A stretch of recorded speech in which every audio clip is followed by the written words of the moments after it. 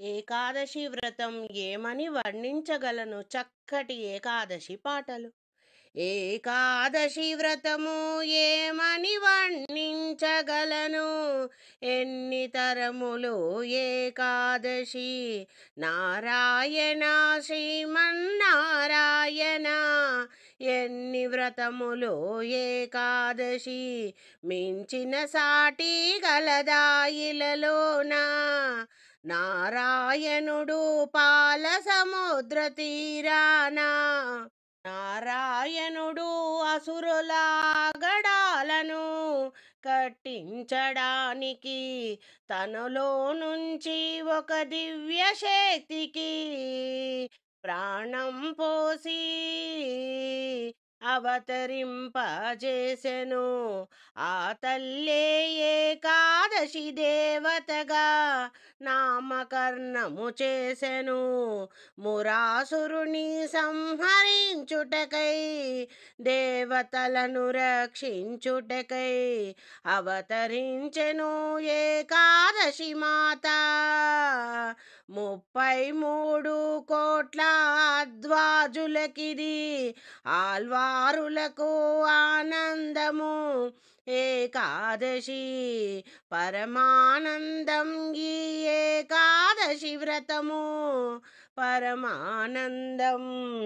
ఏమని వర్ణించగలను ఈ ఏకాదశి వ్రతము, ఈ ఏకాదశి వ్రతము. సురులు మునులు దేవతలు సూర్యచంద్రులు సకల దేవతలు ఆచరించిరి ఏకాదశి వ్రతము. ఏకాదశి వ్రతము ఏమని వర్ణించగలను, ఎంత పుణ్య ఫలదాయకమో ఏకాదశి వ్రతము.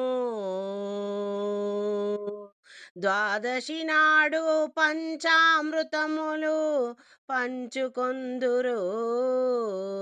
ఏకాదశి ఉపవాసము చేసి, ద్వాదశి రోజు దాన ధర్మములు చేసుకొందురు.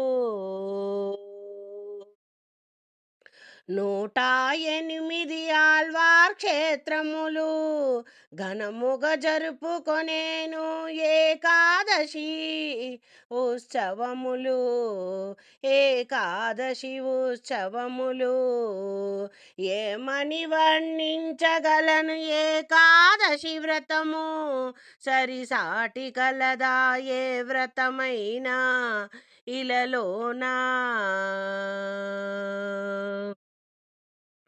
పట్టిన వ్రతములు విడువని వారికి, ఏకాదశి వ్రతము ఆచరించు వారికి వైకుంఠ ప్రాప్తి కలుగును.